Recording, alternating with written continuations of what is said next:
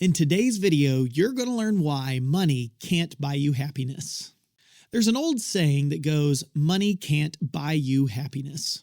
Why is that? Most of us would agree that if someone gave us $1 million, we'd be pretty happy. So doesn't that mean that money can buy you happiness?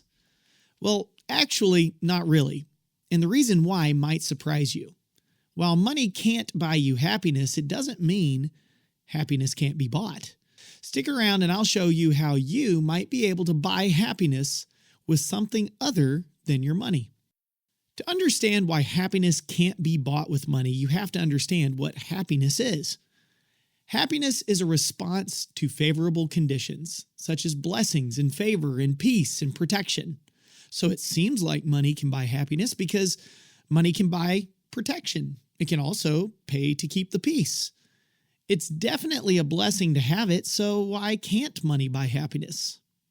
There's a story in the Bible about a rich young ruler that comes to Jesus and asks a question. What must I do to obtain eternal life, he says.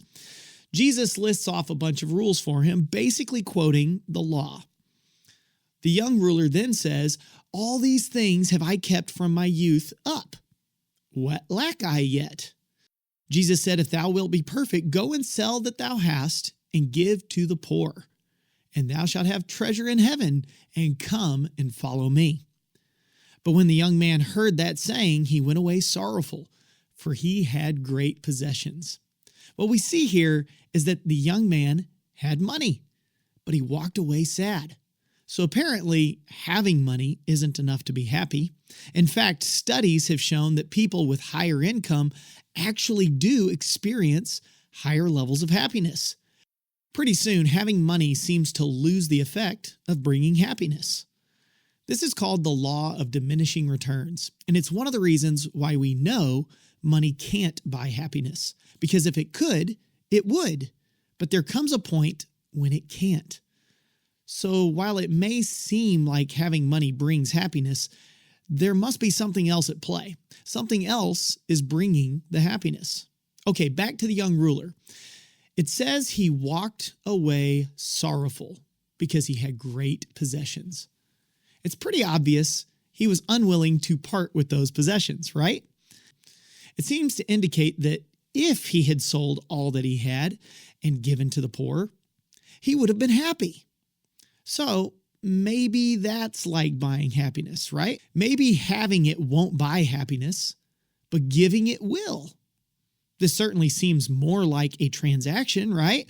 I give you money, you give me happiness. But there's a problem with that thinking too, because if money can buy happiness, then happiness is getting more expensive. What do I mean? Well, I'm sure in today's economy, you've heard about something called inflation, right? Inflation means that money becomes worth less and less. So 100 years ago, if I offered to give you $11, you would have been thrilled. Now, $11 might make you smile for a moment, but it certainly won't make you nearly as happy as it could have back in 1924. That's because $100 100 years ago was the same as over $200 in today's money. So if money can buy happiness, then inflation is making happiness more expensive. What does the Bible say about getting happiness? Proverbs 14 says, he that despiseth his neighbor sinneth, but he that hath mercy on the poor, happy is he. What's interesting is that we have here the idea of giving to the poor again, just like with the rich young ruler. Proverbs chapter 3 says, happy is the man that findeth wisdom, and the man that getteth understanding. For the merchandise of it is better than the merchandise of silver, and the gain thereof of fine gold. She is more precious than rubies, and all the things that canst desire are not to be compared unto her. Length of days is in her right hand, and in her left hand riches and honor. Her ways are ways of pleasantness, and all her paths are peace. She is a tree of life to them that lay hold upon her, and happy is everyone that retaineth her. Happiness can be obtained by holding on to wisdom and understanding.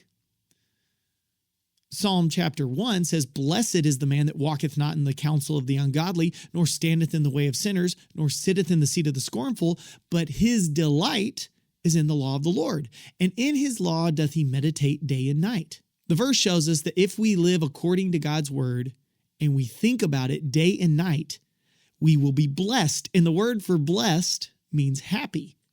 See, the true cost of happiness is actually something called humility. You have to put God and others before you. The acts of service you perform for others are a giving of your time and sometimes of your money. The meditating of the Lord's laws is giving of your mind and your heart. The battle against sin is a giving of your efforts and your actions. When you give of yourself, you'll find yourself happiness. People often equate their financial life with themselves. That's why we say things like, "I'm feeling a little tight right now," or "I'm just scraping by." What we really mean is that our money is low. When we identify so intimately with our money, it begins to seem as if giving money actually brings happiness.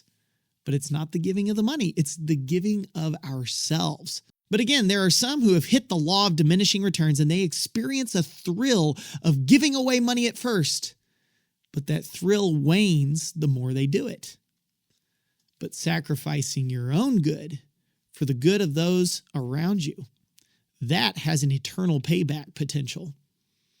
Living for God in your own secret thought life is the best way to increase your happiness because it is the deepest form of purchasing power.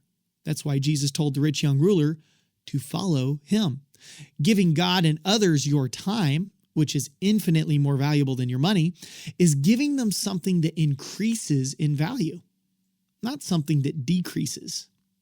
Giving someone money can certainly help, but if it isn't truly connected to a feeling of personal sacrifice, it won't bring you lasting happiness, what many people call joy. Those who will lose their life shall gain it. Spend your life sacrificing for God and the people around you, and you will find the true cost of happiness is actually the deal of a lifetime. So while money can't buy you happiness, personal sacrifice for God and for the people around you absolutely can. That's it for today. Our topic was about how money can't buy you happiness, but having more money can open new doors for you to sacrifice for others and for the God who put you here on earth. I think the greatest potential people have to make money for them and their families is through the stock market. That's why I want to offer to you a free way to learn a little bit more.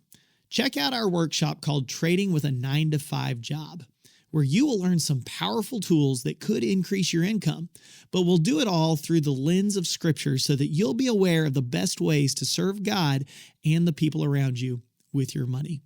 Go to TRADEway.com/workshop. That's TRADEway.com/workshop. We'll see you next time, and then we'll see you in the market.